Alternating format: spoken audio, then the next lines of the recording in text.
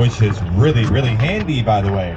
So, that's right, we're going to be doing a sausage making demonstration. That's right. And guess what kind of protein we're going to be using, Willie T? What? Oh, we're going to be doing pigeon. Yeah. All right. So here, I'll display it properly. So what we're doing is, we have some really good friends, fine feathered friends. Oh, that provided us. Come here. All right. So tell us about the pigeon. Shot locally, only a day ago. Yeah. All prep last week. Yeah. So you may have noticed about your feet. Look around you, especially those of you in the beer line. You see all those feathers? We had a lovely pigeon picking party yesterday. A pigeon picking party. That's what happened over here. That's where all those feathers come from. So what's going to happen is we're going to take this locally sourced, beautiful wood pigeon. Wait until you see the loveliness of this meat. It is so great. We tried some of it yesterday. I got flavor beef tenderloin personally. Isn't that what you got?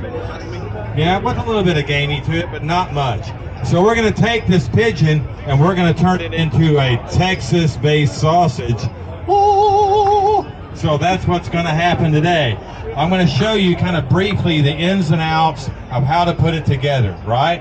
And we have some fine feathered friends. Oh no, I'm going to use that pun a lot today. You're going to get sick of it. As we kind of describe the process together. Okay? Everyone in agreement? All right, everybody at the party? Let the ceremony begin. Off we go. I agree with that. All right. You're not done with me yet. So my name is Bill Dumas, otherwise known as the Sausage Sensei. I operate out of Seguin, Texas at Schultz Pit Room, which is basically in between Austin and San Antonio from north and south, east and west, in between San Antonio and Houston along Interstate 10. That's right, Central Texas has invaded the UK. So, nonetheless, so that's me. I make sausage for our facility, and I also teach sausage making classes worldwide. I've done this in such countries as Brazil, Mexico, the UK, Australia, you name it, blah, blah, blah. So, I also consult with restaurants in respect to their sausage programs, and for our individual restaurant group, we make the sausages for the restaurant group itself. So, at the restaurant, we make the mild, which is a take on the Central Texas hot gut, traditional jalapeno cheese, as well as a brisket boudin, which is a bastardized version of what you would find in Louisiana boudin versus Texas barbecue, because we have copious amounts of Texas brisket all up in that sucker, and it is good. So that's the sausages we make for the restaurant proper. As I mentioned, we're making pigeon sausage today. So, yeah, let's make that happen. Let's see here. So I already pre-prepped some of the steps in order to kind of condense it down, because it is a 3-day process to make the sausage. That's right, you heard 3 days. And it doesn't matter if it's one sausage or 3,000 pounds, it takes 3 days. You got to pump the brakes on it to really have proper focus, I reckon. So today, I've already got that sausage back behind, mix back behind us, the pigeon. So let's go ahead and drag that out. I have two lovely assistants back here, Christian and Chasey. You may have seen them roaming around the fairgrounds. They're identical twins. Challenge you to tell them apart. I can, but can you? Let's find out. So they're going to go fetch the pigeon and fat from the reach-in, walk-in. So, yeah. So one moment, please.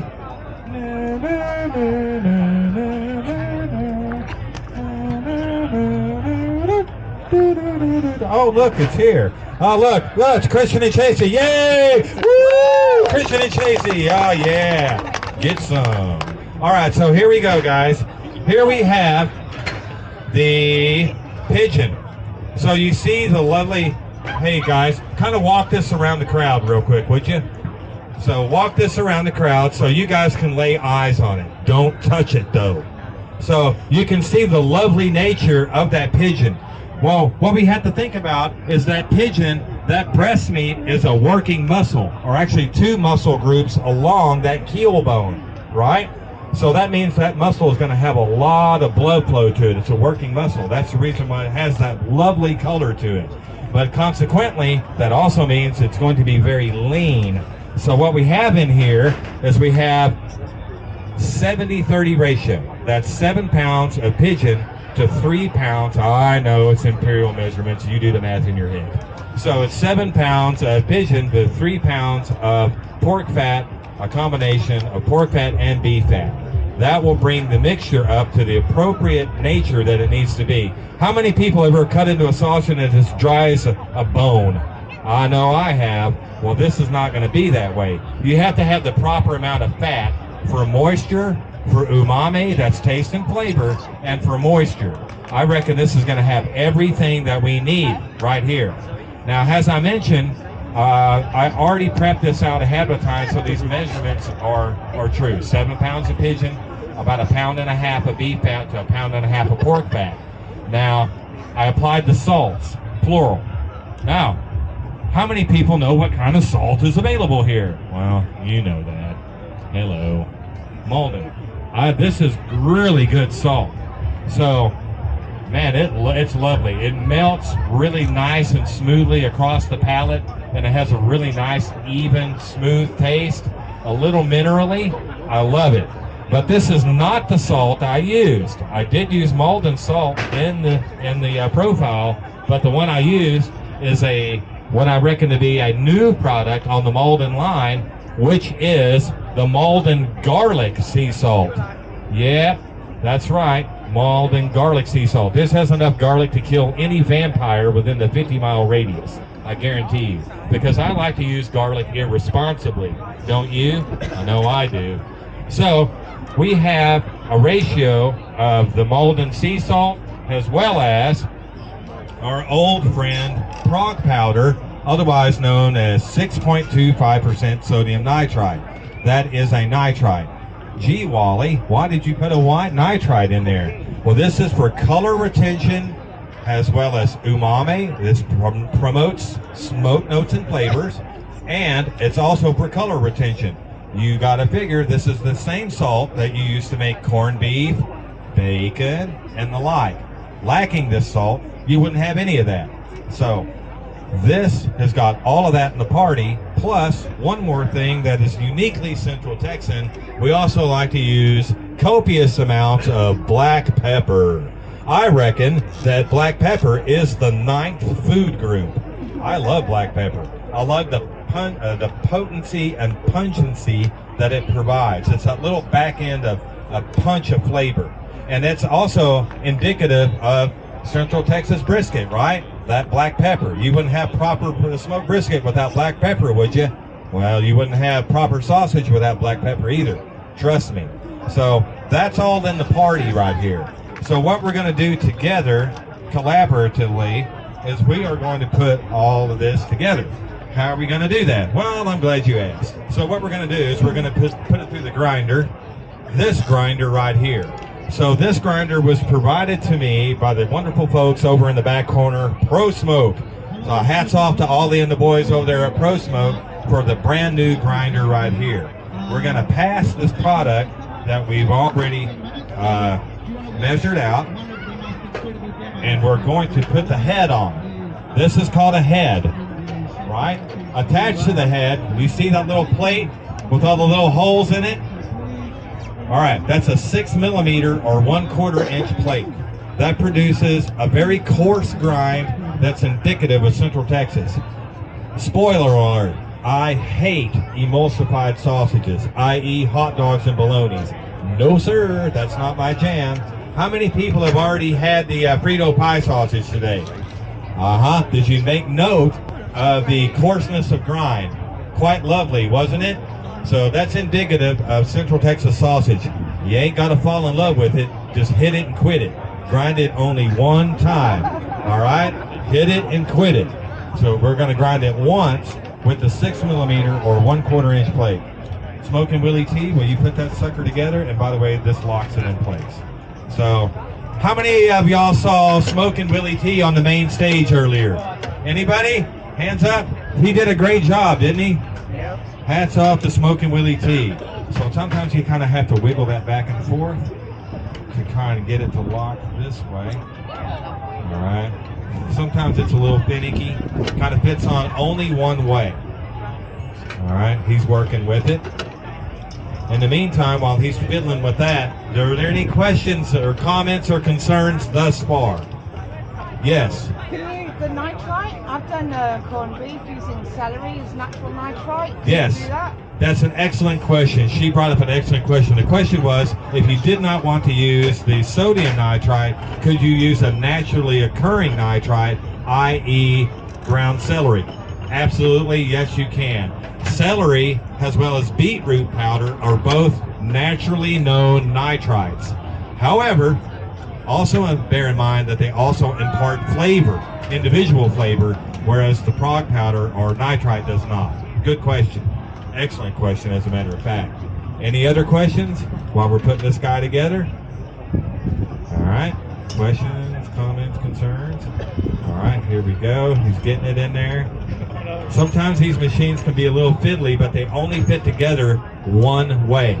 This seems like a unitasker, right? But if you did buy one of these grinders, you can use it for a lot of other things. How many people like smash burgers? I know I do. Hamburger making machine right here, as well as sausage and other things that you need to do. So, grinder's not a bad thing to have around the house, trust me. So, he's got it put together. We'll put the power to it. There we go. And then we'll glove up and pass the product through the grinder. All right, off we go. Then you can hold that for me.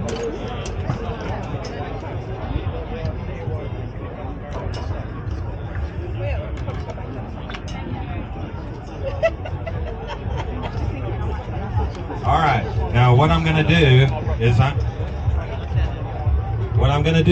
I'm going to load up my plate right here with the product that we know we've already processed, meaning to say the ratios.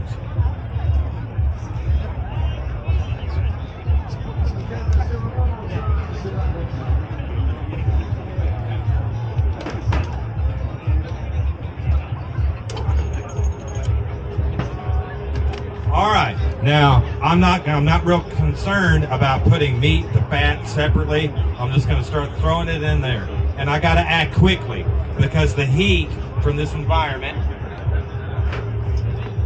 ambient temperature, as well as the heat from the grinding, are what constitute or start to form what is known as the meat emulsion. That's right, boys and girls. Sausage making, or sausage itself rather, is a meat emulsion. Another example of an emulsion would be mayonnaise. Mayonnaise is also an emulsion, as is hollandaise. Why? Because we're talking about, the reason why is because we're talking about protein extraction, which is temperature sensitive. So we need to act quickly because we don't want this turning into a gummy paste. So I'm just shoving it in there, shoving it in the hole and getting it passed through the grinder. Why don't y'all come up a little bit further? Don't be shy. Remember what I said? Show up late, lose weight?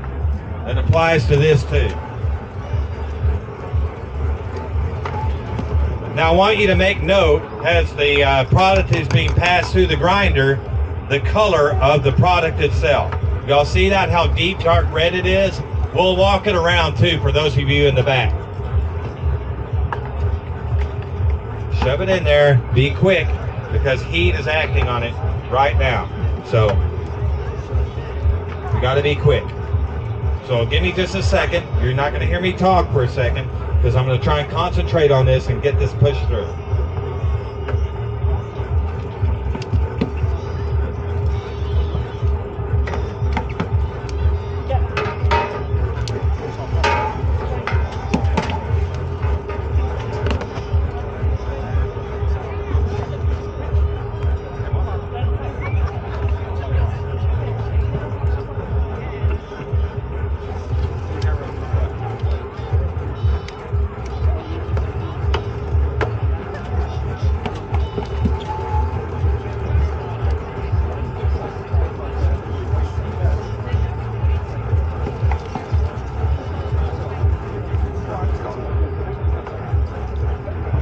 buddy. Is this weird? Huh? You ever seen this before, brother? No? How about you, my dear? How you doing, sir? How are you doing? Are y'all having fun today? It's a little bit hot today. I think we brought the weather with us, didn't we? What do y'all think? Yeah, I'm sorry. You can blame me. I've been to Texas, it's much worse. Yeah. Oh, by the way, see this one with the camera? She's been bothering me all weekend. Somebody call the authorities.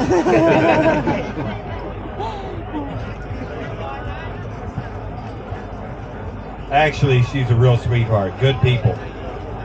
Thanks.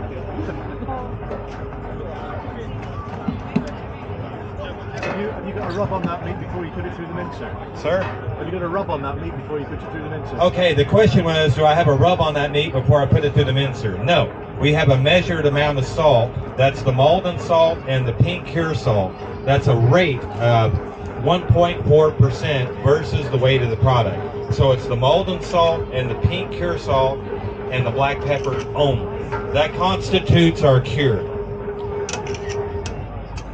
So, basically, the two salts combined, the Maldon salt and the pink cure salt, along with the black pepper, constitute our cure. That is a cure.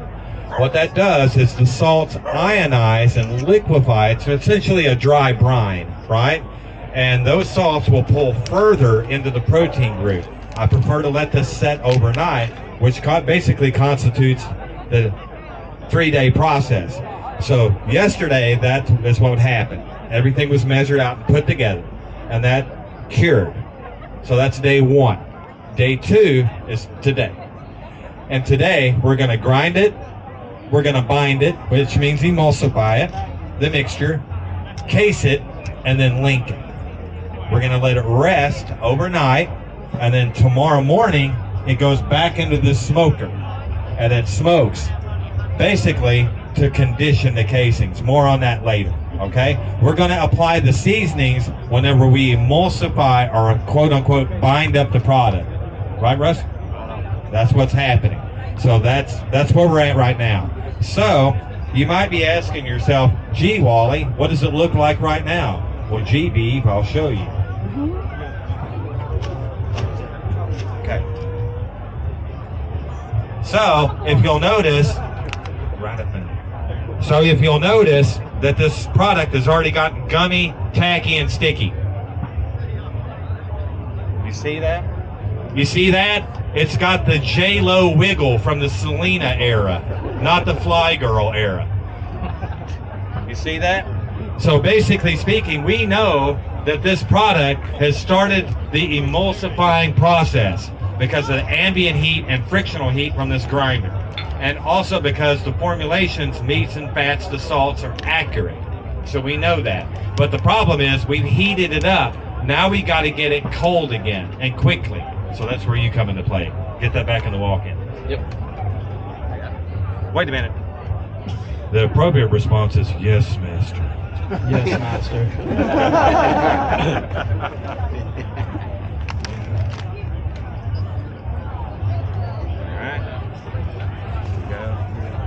Squirt me a bit of that soap over here on my hands, please. All right.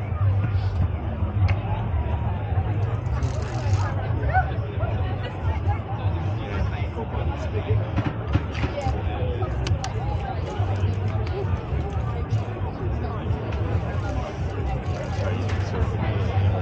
You know, not to be confused with the smell bit of oil by Spike.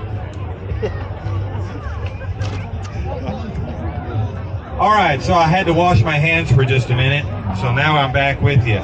So now what we're going to do is we are going to make up our spice mixture. That's where he comes into play.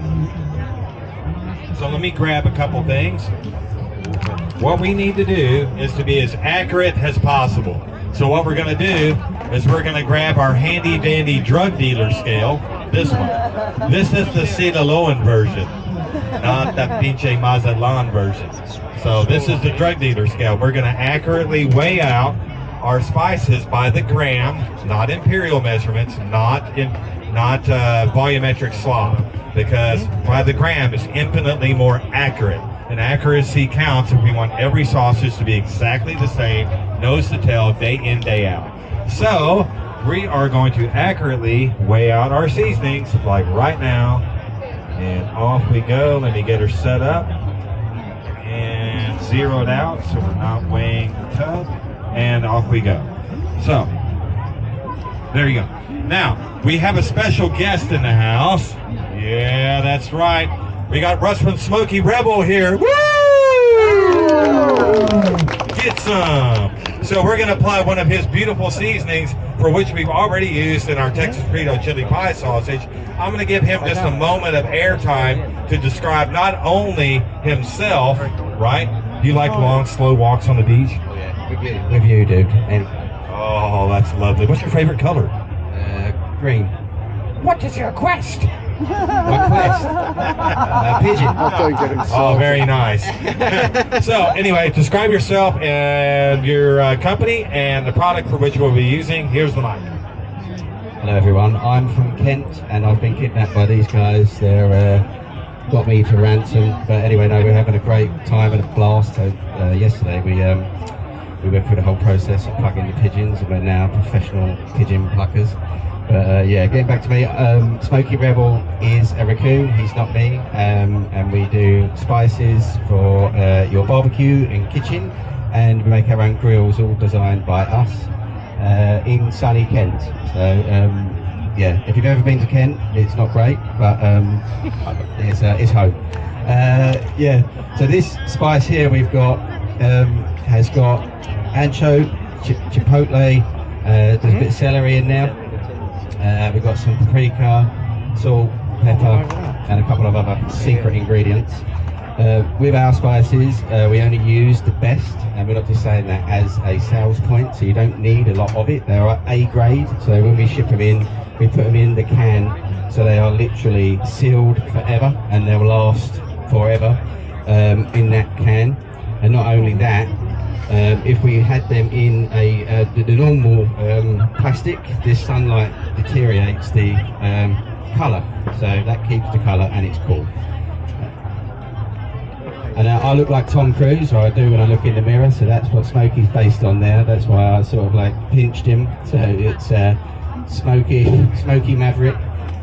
Like I said, Smokey Rebel's a raccoon, and each label has a story to the spice, either it be pop culture or actually history on the actual dish and culture of what it's representing. The wingman we picked, well actually Bill picked it because it will cut over that steakiness of the pigeon.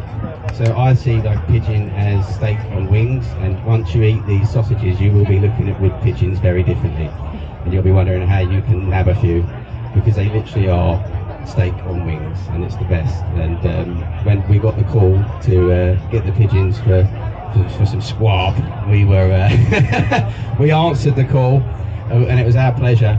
And yeah, it was we got a great video on our Instagrams. Check out both of our Sausage Sensei and Smokey.Rebel, and you'll see we've collaborated with Willi T there, who was the pigeon thrower. He's gone, but he was our pigeon. Away. Yeah, he was throwing them Hail Marys in for us. So yeah, but yeah, so this rub is it's an honour to be going into your sausage, mate, and I can't wait to put that sausage in my mouth. So. Damn it, boy. All right. Well, I appreciate it, my brother. Legend. Thank you. Yeah, let's give it up for him, man. Because I'm telling you what, we've tried several of Smokey Rebel products over the course of the weekend, and I'm telling you, they're all spot on. Very well thought out, thoughtfully packaged, expertly procured spices made with love, heart, and soul. I truly believe that. So, what we're going to do, now remember, I have 1.4% sodium overall in that mix behind me. And I did that because I wanted to build headspace in for things that might have a little bit extra salt in it, right? Yeah. So, that's going to be the case here. Now, what I do want to do is, once I get out of here what I need, we'll pass this around, and then you guys can take a little taste sample and see what you guys think, all right? And by the way, their tent is back, well, it's right there. So If you like it, love it, hate it, or otherwise, or just want to go visit or shoot the shit or have a beer, that's the place to go. Trust me. Back of the house parties are epic. But you didn't hear that from me. Nonetheless, so what I'm going to look for right here is I like to really season aggressively. When you think to yourself that you seasoned it enough, no, you haven't. Because what happens is when we make the sausage, we're emulsifying fats, right? When we put the sausage inside this pit behind us, we're also rendering a wee bit of fat as well. Well, those two processes have a tendency to mute flavors. So, to avoid muting any flavors, what we're going to do is we're going to bitch slap it with some spices, right? So that's what's going to happen. So, yep, so sorry, I'm a bit crude at sometimes, but fun fact, I am a United States Marine. Once a Marine, always a Marine, and you don't get the foul mouth out of you. So, Semper Fi. So, what we're going to do is we're going to weigh out with our Sinaloan drug dealer scale, not the pinche Mazatlan version, not those puñetas. So, what we're going to do is we're going to weigh out, I reckon, about 34 grams of this rascal right here. And I can already smell it from here, guys. This is awesome. We're trying to be as accurate as possible because accuracy counts. Oh, I'm a couple of grams over. There it is. Yeah. So, I know. I'm sorry, brother. But I got it dead on, soup to nuts, 34 grams. And that's all it is right there because we have 10 pounds of product behind us, right? So now, what I need to do is apply some backup just in case. Because if I put too much of this, right, into my batch behind me, then I may overshoot my salt ratio. And it'll taste like that block you leave out in the pasture for the cows to lick on, that salt block. We don't want that. So what we do want is a balance of flavor. So I'm going to elect a couple of other things because I'm a weirdo. Here you go. You're the measurer. So what I want to do is zero out the scale between each and every one. We just tap it right there. That way if I get distracted, then nothing happens. Here is turmeric. Would you agree or disagree? Yeah? Yeah, definitely agree. Because I reckon that the earthy sweetness of turmeric is going to balance out some of the ancho chili peppers and jalapeno peppers and all the other spiciness that is in here. So that's that earthy sweetness. Because we also reckon, so we're going to put about, that's going to be 50, so it's going to be, we're going to go 8 grams right here. You can use the spoon if you like. Yeah, I want to use that. This is pressure. And then while he's doing that, he's looking for 8 grams, and I'll explain the next one. Ground annatto. What is that? Well, it's an annatto tree that grows in the Yucatan of Mexico towards central Mexico, also often referred to as achiote, right? This will turn you red. So if you go into the Yucatan or Nuevo León or any of those places, or even San Antonio, you'll see the carne trompo. And the carne trompo is para al pastor. That's that great big bright red spit of turning meat with the piña or the pineapple on top. That is what that is, and it's redder than the devil. So I put annatto seed in there, ground annatto, for color only. This will turn you red. So off we go. Did you get it? Oh, he's dead on. So we're going to look for 8 grams of this as well. Dun, dun, dun. Just when you thought I was done, boy, are you wrong. So, and then guajillo. So guajillo, this is a really nice form from a dried chile, right? And the guajillo is a little bit smoky, not much, not as smoky as an ancho, but it also has kind of a sweetness and almost kind of a citrus note on the back end. This is the backbone for any carne guisada or any kind of soups or stews in the traditional methodology. So this is guajillo. So we're going to look for 17 grams here, right? And then, just when you thought I was wrong, was done, boy, are you wrong. Then we're going to back that up, the guajillo. Oh, by the way, if you're writing it down or whatever, that's, so that way you can kind of know where I'm at too. So there's that. What we going for it, boss? We're going for 17 grams. Make it count. So we're gonna go next with the jalapeno powder. Aha! So this, remember the term bitch slap? Yeah. So we're gonna bitch slap it with some more jalapeno powder. And what the jalapeno powder does is give it that punch of the jalapeno flavor. You cannot get that punch of the jalapeno flavor with just regular jalapenos. It don't work that way. This stuff is intense. I can clear out this whole area by spraying this around. This stuff is awesome. So it's going to give that really good punch. And yes, it does carry heat. The guajillo powder does not carry heat.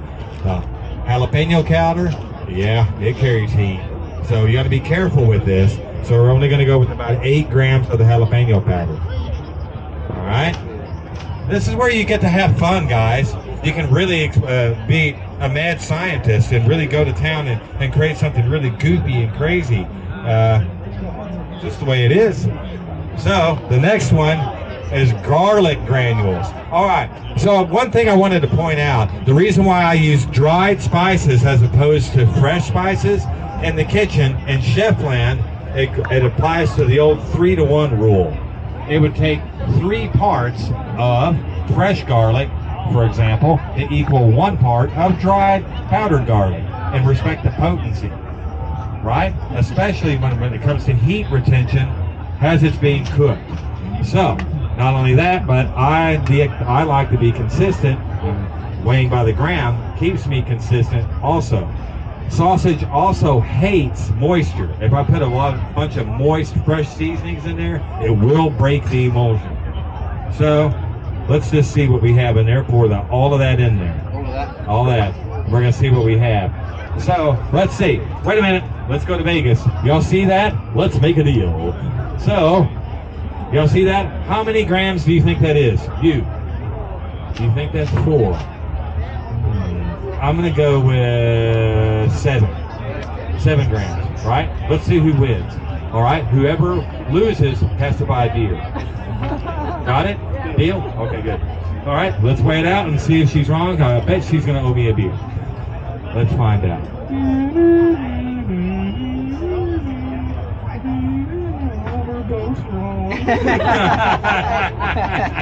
We both have to buy each other beers. Damn it! That's 11 grams. All right.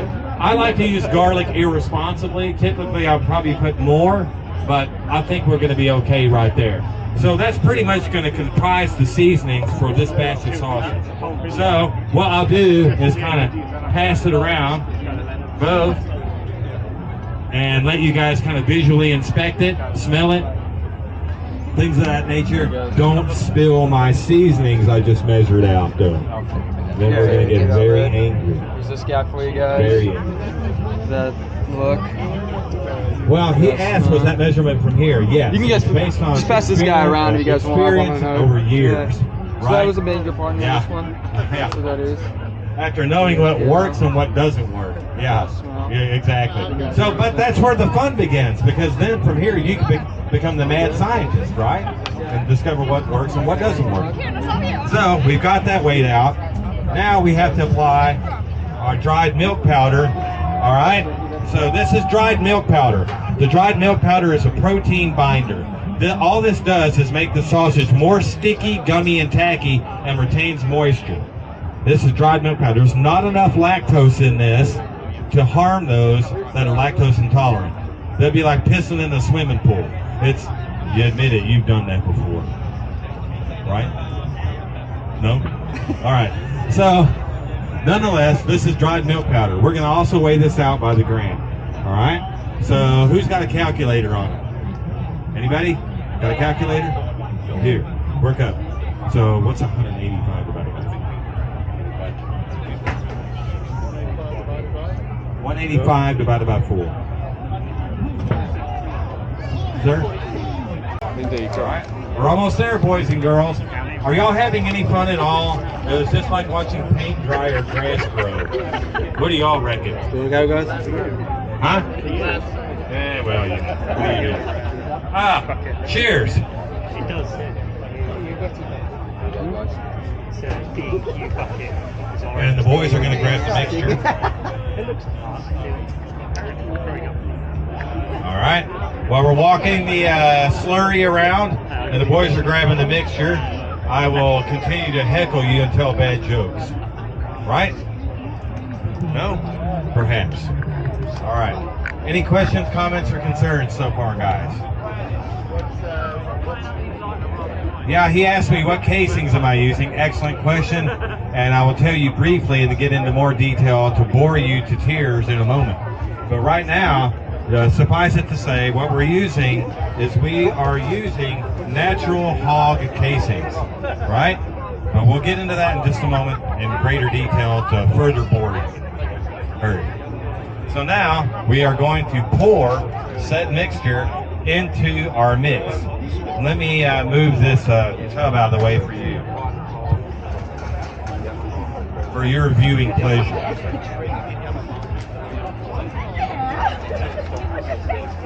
All right, I'm just going to go ahead and pour that in there, thusly, my lovely assistant. Let's give it up for Vanna White. I don't even know who that is. I don't even know who that is. You're a little too old for me. All right. Now I'm going to mix this up vigorously. The more vigorously I mix this up, we are going to apply ambient heat, the heat from the atmosphere, and frictional heat, the heat from my physical motion, into the party. Whenever that happens, that's going to do two things. That is going to begin the extraction of the myosin protein. The myosin protein is the protein that is responsible for muscle contraction, right? That rides the same parallel of bringing these fats that we're using today up to their initial rate of emulsion. At what temperature do they start to get gummy and tacky and sticky? I can answer that in Fahrenheit terms, which means 39 to 45 degrees Fahrenheit. When I mix this vigorously, the more I mix it, the gummier and stickier and tackier this gets, to the point where it wants to pull off my glove. So let's get down to Funky Town.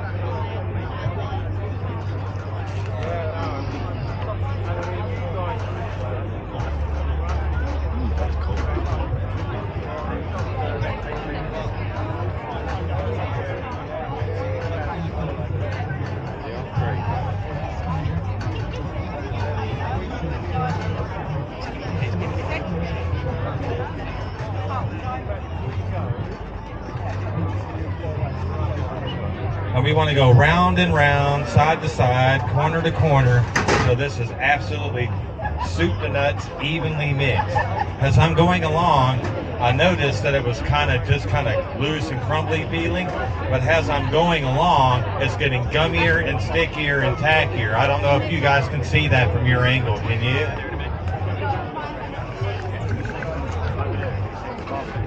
And it doesn't take much. A lot of people ask me, can you do this mechanically? Yes. But do you have ultimate control? No. I'm tactile. I like to do things by feel. I'm kind of like Stevie Wonder like that. So nonetheless, that way I know when to stop.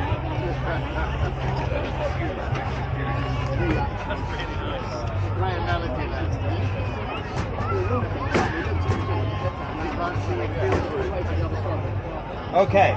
Here we go. Now looky here. That's very nice.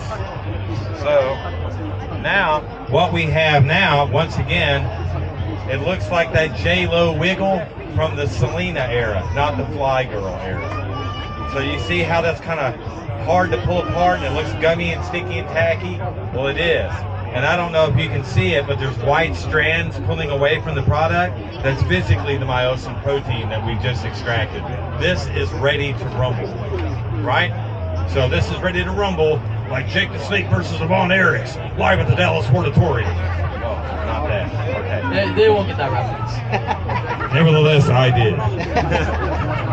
All right. So this goes back into the cooler. Yes, sir. Yes, master. While I have the mic, Liverpool versus Ipswich, what's the score? 2-0? Bueno. You're already hitting the sports here? These two goons, they've been here for how long now? About 5 days. How many pubs have you hit? Whatever 5 times 10 is. Whatever 5 times 10 is, because he can no longer recall. Their mission was to hit every pub in London. That was their goal. 95% of the way there. 95% of the way there, so says he. So, who has any recommendations for these 2 young lads? Anybody? Give it up, you'll lose. Yeah. Oh! No. Tell them what favorite pub you got. Oh, the Lamb and Flag was pretty good. I don't know if that's around your neck of the woods, but not half bad. And hey, the pub up the corner over there, the Black Rabbit, was pretty good last night, so can't complain. What? Witherspoon's is a chain, no? Hey, it's like Greg's.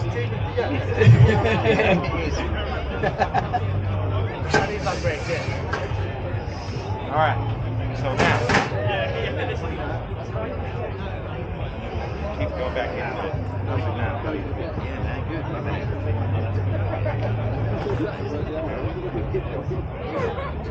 All right.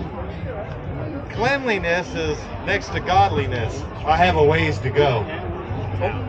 Sorry. You can tell I'm a bit of an amateur over that. Does that mean you're calling Russ God? Huh? Oh shit. No, that's not the reference I was making.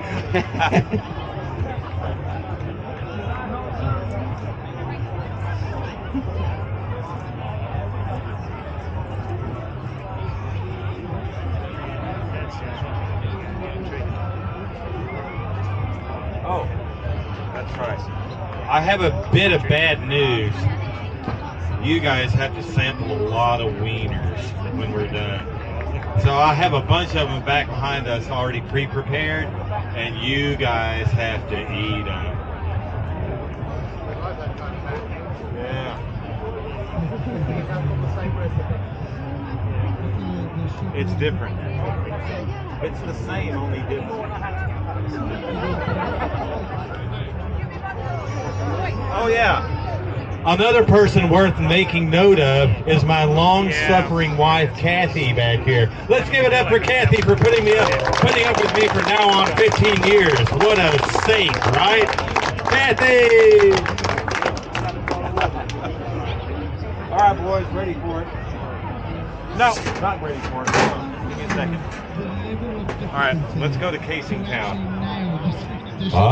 Let's go to Casing Town, shall we?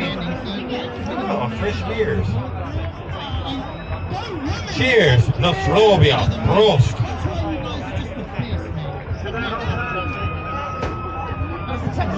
The casings that we are using today are derived from natural hog casings. There are synthetic casings that you can use, but I never advocate towards those. The types of casings natural are derived from beef, pork, or sheep, largely dependent upon what you're making versus size. For us, for the sake of demonstration today, suffice it to say that these are pork casings in an inside diameter of 30 to 32 millimeter inside diameter. That gets me to a 3-to-1 ratio, wherein it takes 3 sausages to make 1 pound. I know, I'm going all over the place, imperial and metric. But that's the nomenclature that we use in the United States is a 3-to-1. So the 3-to-1 means 3 to make 1 pound. So that means 1/3 per pound.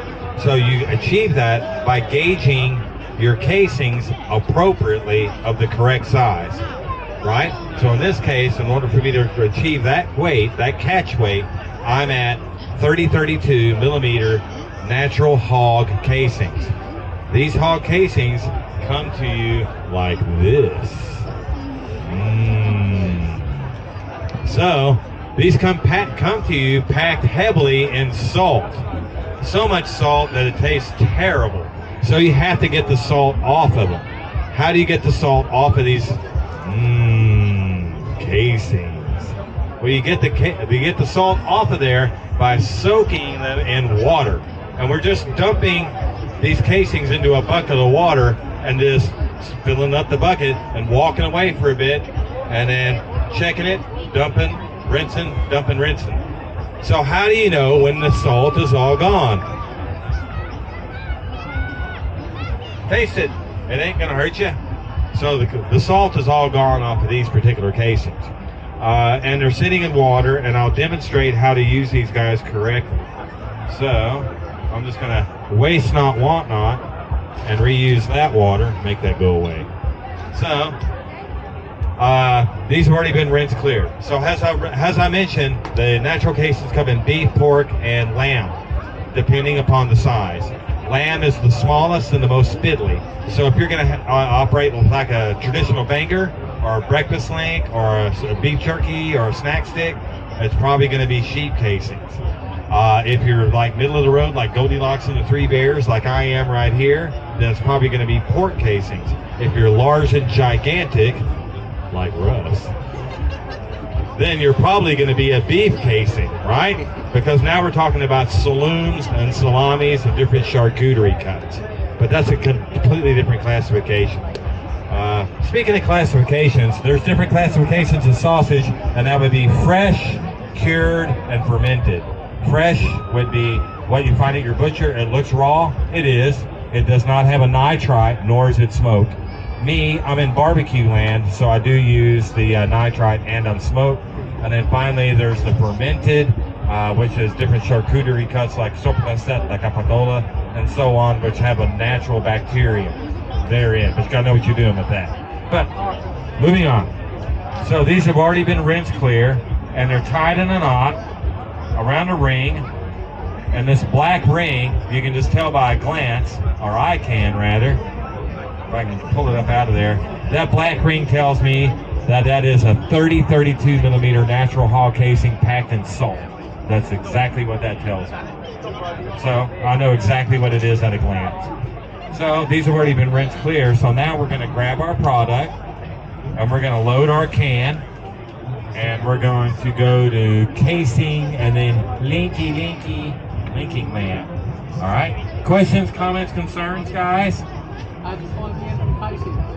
Oh, Jesus. How do you find the end of the casings? Well, oftentimes that's a big mystery, my brother.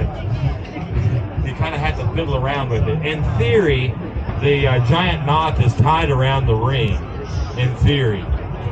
Oftentimes, you kind of have to fiddle about with it until you get so frustrated that you take your handy-dandy knife and you just cut some loose. That's probably what I'm going to do. So we're going to load our can.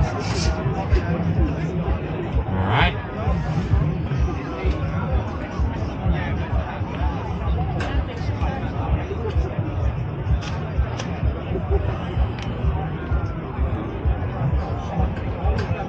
Normally, I would let this sit in the under refrigeration for a couple of hours before I handle it, but we don't have a couple of hours, so we're going to handle it. But the longer you leave it under refrigeration, the happier it's going to be.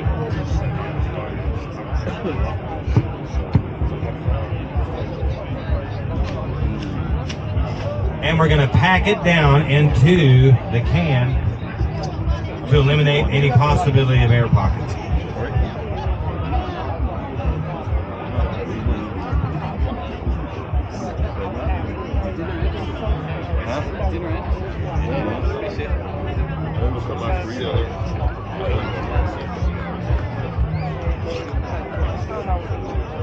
And this is a little over a 5-pound can, so we're gonna have to refill it twice.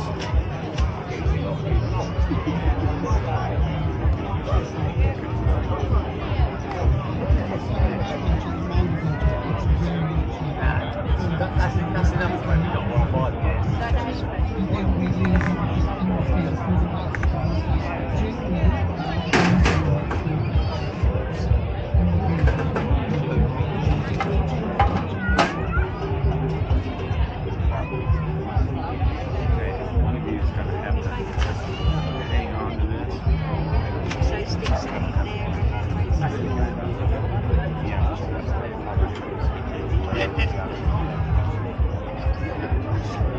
Normally I would clamp this down with some C-clamps, but I have a human C-clamp today, which I reckon works a lot better.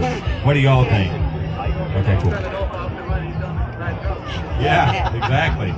So what I'm going to do is attempt to find the end of this casing.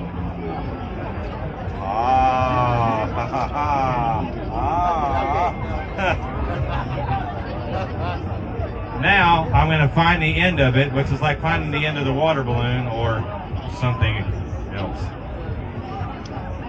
All right, there's a lot of bad double entendres and innuendos with sausage making, by the way. Feel free to use them and throw them at us. We enjoy a good heckling. Yeah. So now what I'm going to do is I'm going to open up the end right here, and I'm going to dip quite a bit of water. And that water that I'm dipping into that casing is going to flush the casing out and help it glide onto the horn much easier.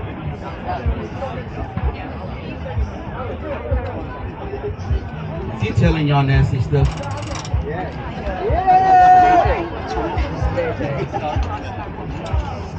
Okay. There we go. The horn has been primed. All right, I'm going to lubricate the horn. Yeah, here we go. Here it begins.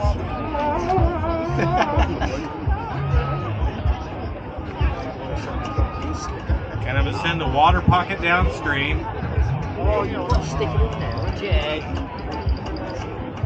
And just jam a bunch of casings onto the horn. That way I don't have to stop and do this over and over and over.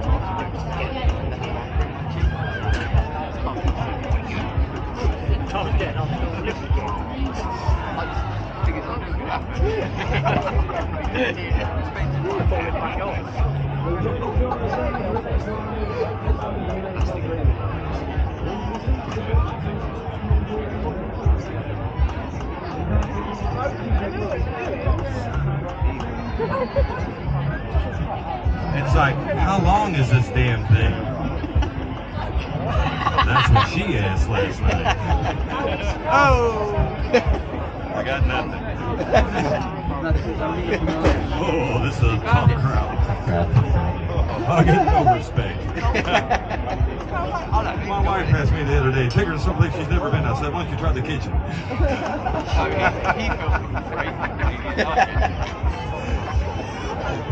I asked the doctor the other day, is my heart healthy enough for sex? He said, only if you join in.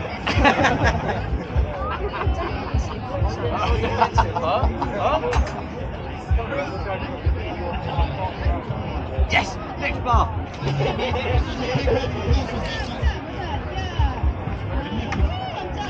Can you see?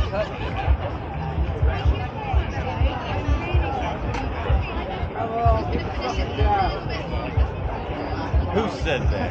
Someone's asked you to get your sausage out. Hey, they just walked up. Where did they come from?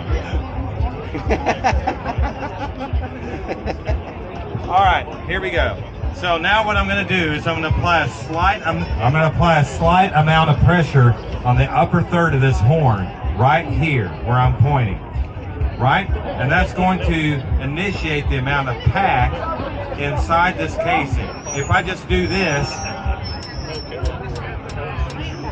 then I'm just going to have a loose sausage, which is going to be very difficult to link. So what I want to do is avoid that and provide a small amount of pressure wherein I'm holding my hand like this, and the amount of pressure of this casing gliding across my hand will provide just enough pressure to have a nice consistent amount of pack, nose to tail, nice and tight initially.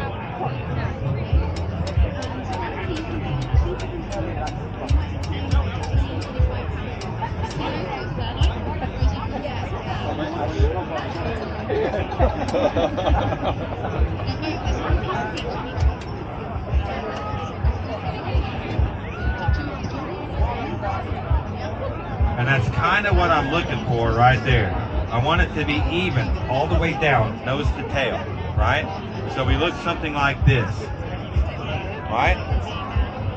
Now this is going to get hauled off and put into the refrigerator because it's got to stay cold. If I leave it out here, it will break the emulsion because it's going to be outside of its temperature parameter. This has got to go back into refrigeration. So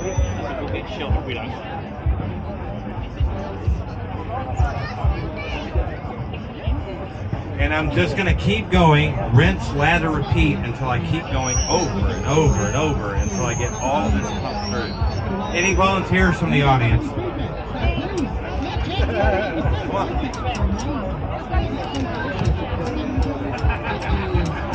What's your name? Where are you from? Awesome. Lots of pigeons in Lincolnshire. Shit, there's a lot of pigeons. Oh, really?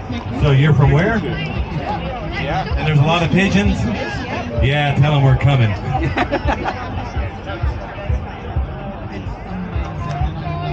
If anybody wants to get some of these recipes, please do follow me on social media.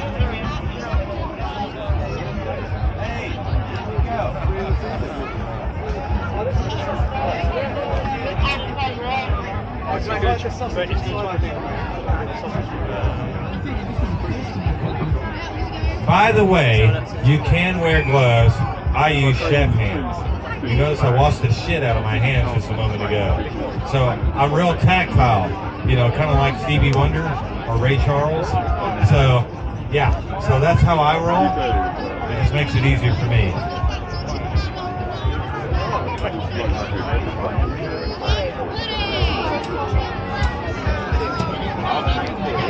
Let's see what you do.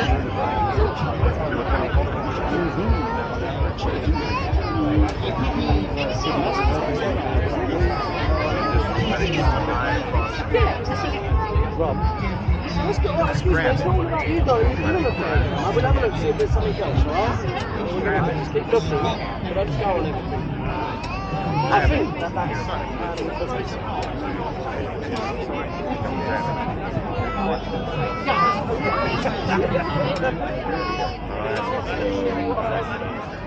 See that? She knows how to handle a sausage. Bigger than I was expecting. they all say that. So do you often take your wife overseas and then let other women fondle your sausage? Do you often take other women? Yeah, we've got a question here, mate. We've got a question for you. Do you always take your wife overseas and then let other women fondle your sausage? Do you basically go around the world letting other women fondle your sausage? In front of your wife. In front of your wife?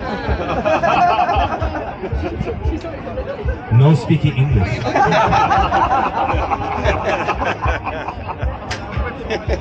Alright, let's see how she did. Oh, she did nice. Oh, look at that. She did nice. Look at that. Woo! Get some. We're going to finish that out too, but look at that. Yeah. That's like the wrestling bell from the Von Erichs versus Jake the Snake and the Great Kabuki. Dallas Auditorium, 1979. Shouldn't have loaded KTVT. No, I got nothing. Alright, okay. Put in nothing. You see now included. I'll take it. There you go. And lovely job. Yeah! Well done.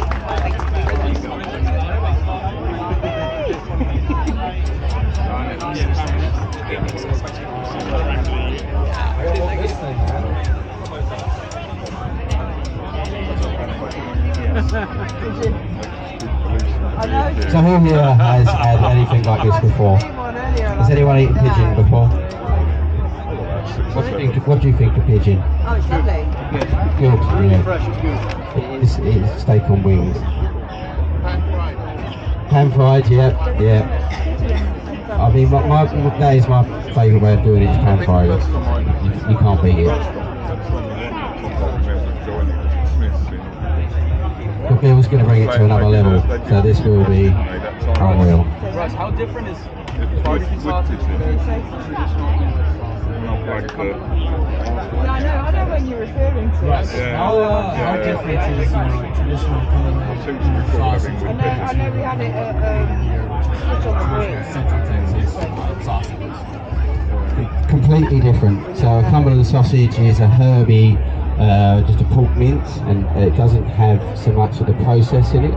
Whereas your, I guess, for the crowd, what we would call over here a hotling, has had such a process in it with the cooling down and then smoking and then the cooling down, bring it in the casing, whereas the Cumberland sausage is, to me, completely boring personally. I don't actually eat them a lot because of that reason. I would always take a hot link over Cumberland sausage, but that's my personal preference.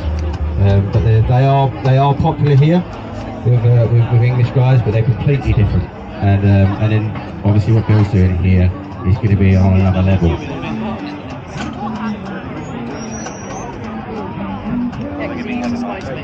So the reason why sausage is so popular in Central Texas is because Central Texas was settled largely in part to folks that came from Bavaria.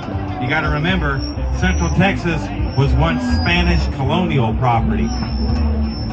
So Spain, and then Mexico, and then the Republic of Texas, and then consequently the United States capitalized on the feudal system in Bavaria and Bohemia and brought people over by the hundreds of thousands to help settle Central Texas. If you look around where I'm at, there's towns all around me. There's Davina, Praha, Wied, Belder. It's all Czech and German, it's Bohemia, it's Bavaria. And that's the reason why sausage is what it is in our neck of the woods, thanks to these guys that helped settle our neck of the woods. Does that make sense? Yeah. That's why it's so important. And so that methodology is a little bit different.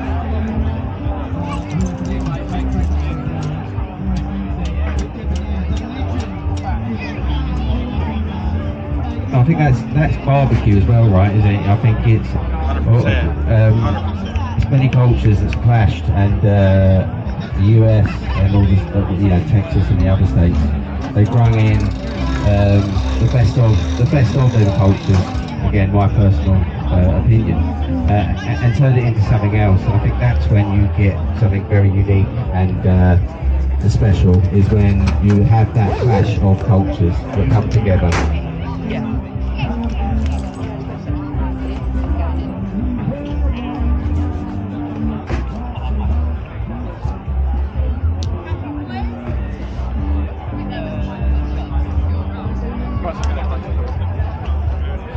So obviously we're at this great barbecue festival here today.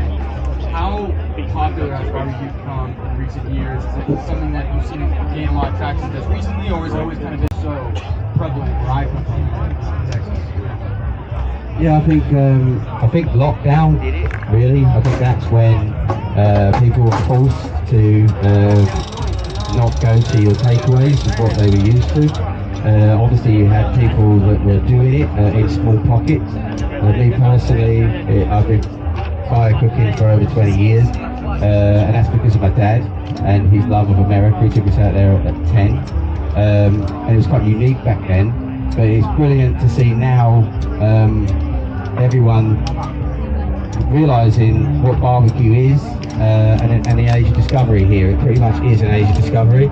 And it's just amazing to actually see that, really, from my experience, explode in the lockdown, when everyone was looking out to, okay, we can't eat out. There was a period where you couldn't eat out before the eat out stupid campaign they did, but everyone did eat. They ate out after that. They realised they can actually cook better in their backyard. Everyone was like, actually, I can do better than what's out there because I've got control of the ingredients, I've got control of that meat, and I know where I'm sourcing all this from. And you know what? I am an awesome cook. This is what people are realising, that it's within us all to do this, and then from there it's just exploded and it's carried on, and it's great to see it. 100%. And then, from your experience, what's the more popular meats that people are using, or the popular dishes served, cuts? Is it prime rib? Is it brisket? What are you seeing as a typical average cook cooking up? So I think obviously on the Texas, it is known for its brisket and its prime rib. So that's a pretty new thing here. So everyone wants to have a stab of it, and that to me is the cut that people will always look to do, is brisket, because it is an amazing cut, right? And it is fun, and it's seen as the pinnacle of barbecue is brisket. So I think, So draining. I would say brisket, yeah, definitely is where we're at, and maybe a pork butts. But there's so much more to barbecue, and then that discovery is going to come as they get on that ladder and start going up through the ranks of, okay, I've done a brisket, what's next? What can I do with brisket? And the US as well, from what I've seen, is evolving as well with many different fusions. So it's almost like, because America, right, that had the similar thing with the lockdown. It was like you had that cult of barbecue. It's always been there, and that family thing of passing it down. Like French Davidians? Exactly like that. And, but they had a similar sort of like effect of lockdown as well, but on a bigger scale, right? So, you know, not everyone barbecued in the US, and when you go to other states, don't know if you've been, but they all look to Texas as the kings of barbecue, and rightfully so. So it's, but once you've done brisket, you want to add different flavors to it, different fusions, and that's why now even in the US we're seeing like the Mexican flair, we're seeing the Asian fusions, we're seeing Latino fusions, and all sorts of fusions coming into it to turn that brisket into something else, because it's forever evolving barbecue, isn't it? And it's great to see it, and it's great for barbecue to be on the world stage, which really for me, that was lockdown that did it. Yep, I agree with you. And to kind of expound on that a little bit, what we're talking about here in barbecue, in my personal opinion, is derived from Central Texas. We're not talking about Kansas City. We're not talking about Memphis, are we? Or any place other than that. What we're talking about is Central Texas. And remember what I told you, Central Texas, the reason why we are the way we are, and the reason why it's gone global is because we're dealing with an elevation and a refinement of old principles. Remember what I told you, Central Texas was settled largely in part because of the folks that came from Bohemia and Bavaria.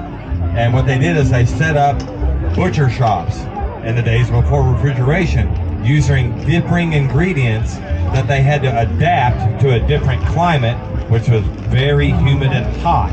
So they discovered smoking was the best way to preserve those animal products. By doing that, they did a couple things. They created a special kind of wurst that's only found in Central Texas. That's the reason why sausage is considered one part of what's considered the Texas Holy Trinity of barbecue. The Holy Trinity is brisket, pork ribs, and sausage, and that sausage is born out of those roots. And market style barbecue comes about from those butcher shops that became cut by the pound smoked meat markets on butcher paper, executed simply, cut by the pound, served to the common man. And that was that way, Jesus, for well over 100 years. But we have to give credit where credit is due. You know, we're dealing with market forces that are probably about 15 years now, an elevation and a refinement of those old methodologies. And that started with a movement. It started with a gentleman by the name of John Miller, that's M-U-E-L-L-E-R, Miller, out of Taylor, Texas, from the Louis Miller barbecue dynasty, right? And then his prep cook and dishwasher, that's factual, Aaron Franklin. Both gentlemen started their establishments, John Miller in fits and starts, but everybody else started exploding out of that nucleus. In our neck of the woods, that bore Law Barbecue, Micklethwait, Curlin, and others who were on the forefront of the genesis of the refinement and elevation of these principles. And everybody has chased the dragon with the briskets, with the pork ribs, with the sausage, with the sides. If you read the writings and musings, follow this guy on the internet or by publication. Please follow Daniel Vaughn with Texas Monthly, and you can see clearly the delineation and the progress of what we know as barbecue today. And now it's exploded. It's gone worldwide. I can tell you for a definitive fact that the barbecue scene on the Australian continent, for example, is huge. It's a big burgeoning market. Big. And we had to trace it back to our roots, which is Central Texas and back to Bavaria. So it's quite fascinating. And yet here we are in the UK talking about sausage. Kind of crazy, isn't it? So yeah, I love talking about it. I can talk about it for days, hours, bore you. And on that note, mate, they want you to judge in 12 T-minus minutes, mate. So we could talk barbecue all day. So can you get your butt in gear and get these sausages out? All right, balls. So let's go linky. Yeah, just going off of that as well, I think one of the greatest things for me with barbecue is the community and what it does. All of us here, everyone around that's into barbecue, we're automatically got something in common, and that clash of cultures, you can get around the table and you can find a common ground with people that you probably wouldn't think you'd get on with. And barbecue has stopped me getting killed, literally, in many places, and food. And it's also gave me the best friends ever in the world. You know, like with Bill, you know, we've hit it off and we're like-minded, and you just, it's more than food, barbecue. It really is a belief. And to sit there and eat great food with great people, even if you're at the different ends of the spectrum of each other, you're always going to be friends, and I think that's where, for me, the fusion and the clash of cultures come together and really make it a beautiful thing. So bear with me for just a moment. We're going to switch gears for just a hot second. We're going to do two things at once. Hey, wait a minute. Let's give it up. Whoa, the event organizers here. It's none other than Ashley Bird himself. Thank you for coming. Really appreciate it. Thank you very much for coming. I hope you enjoy yourselves and learning a lot about barbecue. We brought Bill over from Texas and his sidekick, Willi T. There's plenty going on, and we really appreciate your support. It means a lot to us. And hopefully you're going to enjoy yourselves, and we're going to see you again soon. Yeah, well done, dude. Put it on now, and it's not easy putting on a bench, you know, and there's so much stress, and it's nearly killed this dude so many times, and he's having along there, but he's still alive and he's still punching. Yeah, it's going to be new knee. He's got a new knee.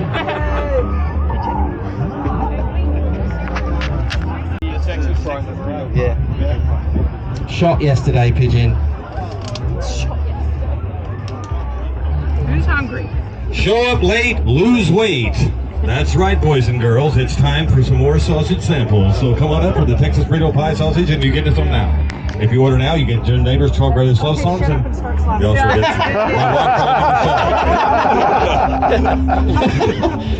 just another thing with pigeon guys, right? They are seen as vermin by the farmers, but there's a reason they see them as vermin, and that is because they eat their best crop. So when we plucked these and got their breasts out, they were full of the best crop that they're growing at the moment. So all them nutrients are in that meat. It's a healthy, low-fat meat that's really good for you, and they've been eating the best. So they're not like your feral pigeons that you get that actually come from racing pigeons in London. These are wood pigeons, and they are steak on wings and good for you. Let's get a live review. Delicious. Quite gamey. Tiny kid.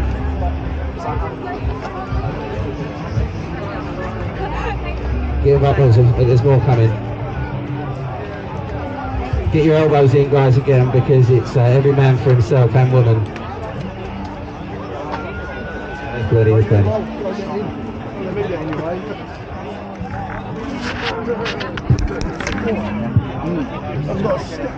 This is one of your fillings. Well, do you know what? I'm being asked to be a rebel here, and I am. And as soon as there's a bit there, I'm going to nick a little bit. Only because I'm a pirate and half. Any of you beer, I'll nick it.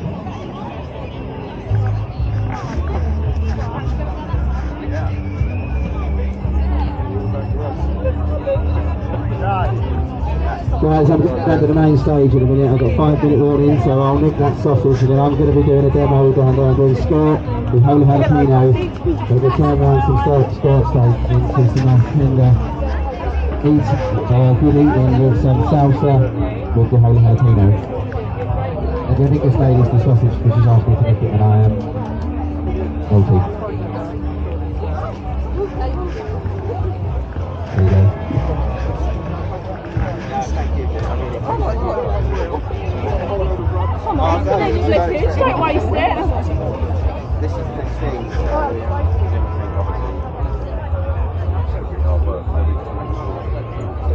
Quality stuff. It takes so long. These are sticky shirts, but you've got to do it for interest. Get that interest to do it. At some point I need to pick your brain. I can help you. Yeah. Do you want to go for bar or do you want to get something soft? I don't mind what you like. That one's great. I pick my brains and Yeah, big one.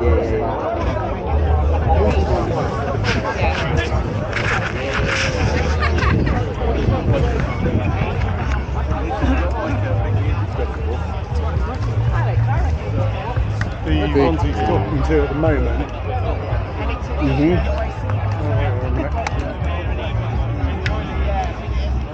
So if you look there, look, there's the cannon there on it. So we use come take it, like I said, come take the barbecue. But these guys is come and take it. And that actually comes from the Spartans. And the guys in the Texas Revolution, they did that because it's cool. Oh, these are a week old, so they've got a real tang. Oh, we'll see what that is. Yeah, I'll put one in for you. I'll bring one out.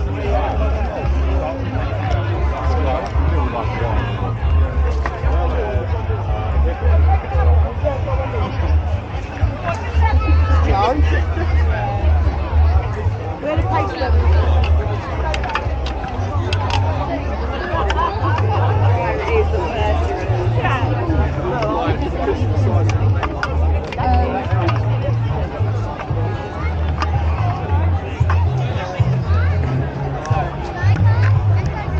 That's the main one, but I don't know how long that's going to take.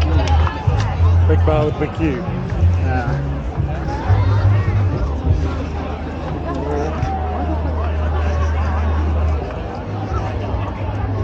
Anyway, it's going to be quicker.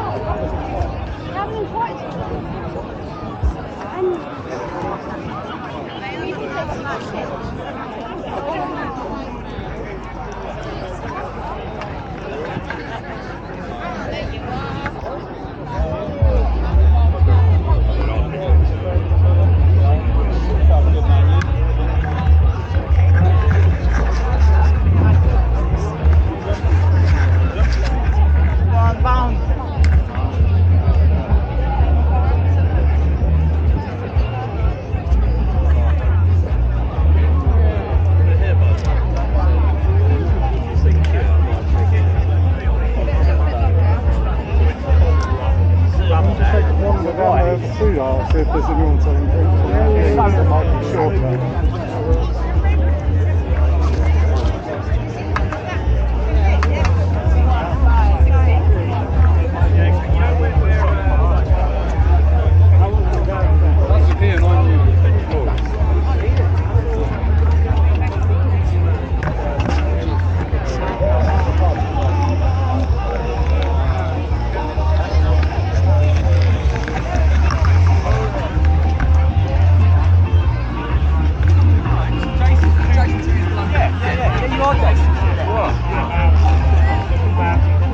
To get out of the park. You look at these guys that sit over their grills in the heat. That must make it a bit warmer. And then I'm thinking, of course, it's a little bit like when I'm at the forge. That forge is running about 1600. Yeah, that's a bit hotter than these. It still also doesn't help when you fly.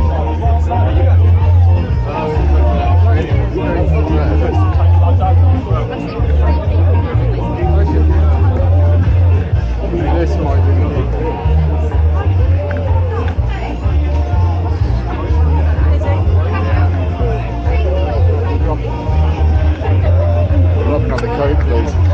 thinking. Some water as well. Yeah. Do you want me to get me? That's right. Yeah, this is the last it tops out over like 2,500. It's when they open the furnace door. Yeah. They give you sleeves and everything to keep you away from the heat. And somebody had wooden panels on one side to keep you protected as well. You weren't going to see. As soon as the door opened with the high protection and arms about, I'd never felt anything. Just like, you know, with all the moisture that comes out of it just goes. Essentially, in the bottom of the floor, in the bottom of the furnace, for them, they've got a pool of molten glass, and that has to be kept fluid. So if you connect at enough high enough temperature to stay fluid, you dip in the stick, you dip out, like doing candy crush, you dip in and put it out and then shake it.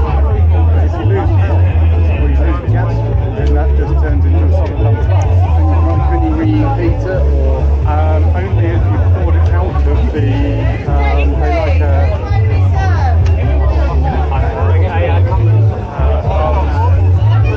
like a big ceramic bowl, I can't remember the name of the thing. When you're doing like when you're smelting metals, you have a thing.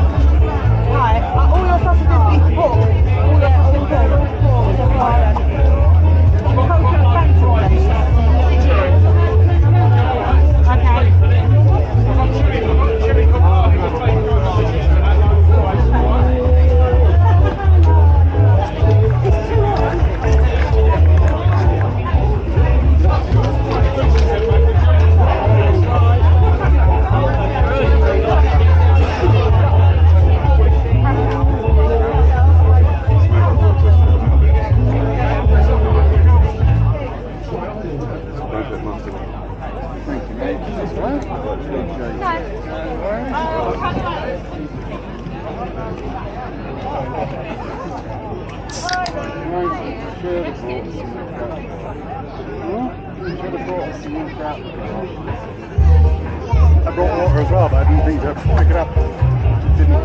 Didn't brain.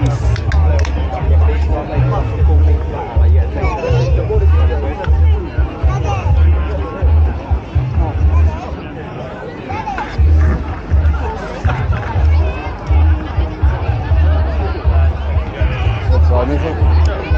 3:30.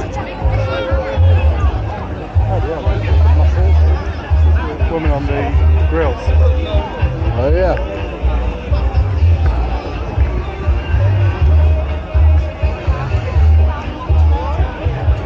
Go for a wander, say goodbye to the guys and head, if you like.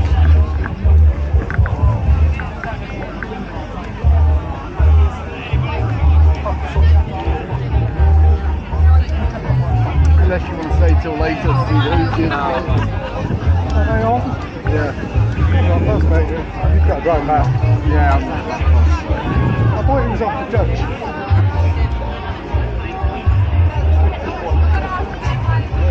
Hey, where am I supposed to be?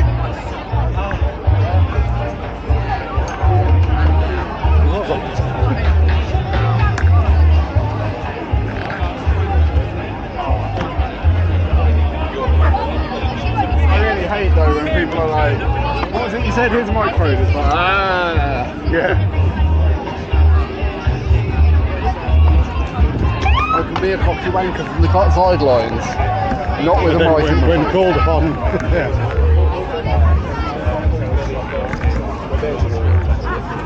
Problem